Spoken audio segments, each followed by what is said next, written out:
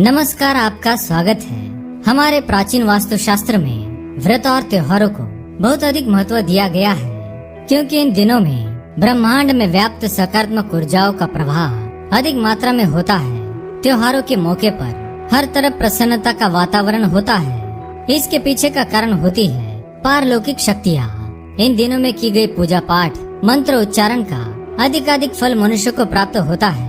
हमारे पंचांग में उल्लेखित की गई सभी महत्वपूर्ण तिथियों पर वास्तु शास्त्र के इन उपायों को करने से हम सुख समृद्धि की प्राप्ति कर सकते हैं। वास्तु शास्त्र में नवरात्रि के 9 दिनों को बहुत ही महत्वपूर्ण माना गया है।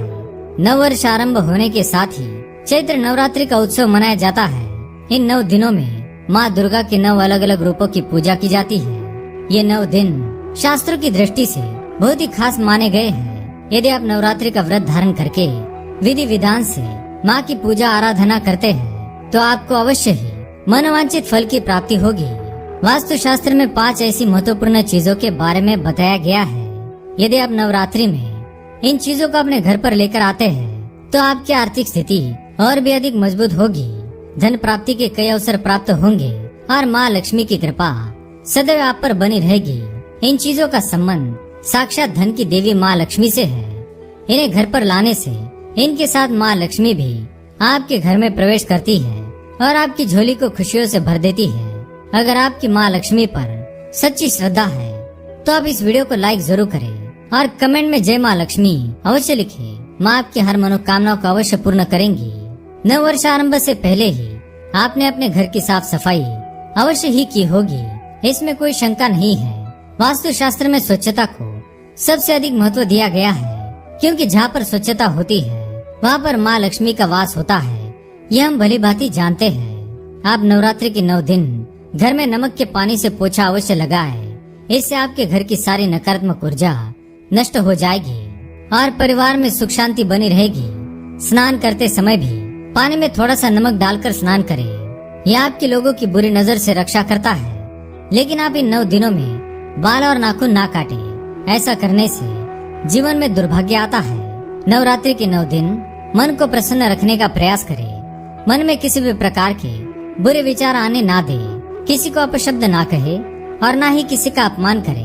खासकर किसी कन्या का और किसी स्त्री का अपमान तो भूल से भी ना करे। देवी महापुराण में कहा गया है कि नवरात्रि में जो भी व्यक्ति किसी स्त्री को अपशब्द कहता है अथवा किसी स्त्री का अपमान करता है तो माँ लक्ष्मी उससे सदा के लिए रुष्ट हो जाती है। आइए जान लेते हैं नवरात्रि में हमें कौन सी चीजें घर पर लानी चाहिए ताकि माँ लक्ष्मी हम पर प्रसन्न हो। सबसे पहली चीज है झाड़ू। झाड़ू को माँ लक्ष्मी का प्रतीक माना गया है, इसलिए आप नवरात्रि में नया झाड़ू अवश्य ही खरीद कर लाए। इस समय खरीदा हुआ झाड़ू अधिक प्रभावशाली होता है। इसके उपयोग से घर की सारी नकारात्मक ऊर्जा का नाश होगा और घर में सुख शांति का वातावरण सदा के लिए बना रहेगा। दूसरी चीज है तुलसी का पौधा।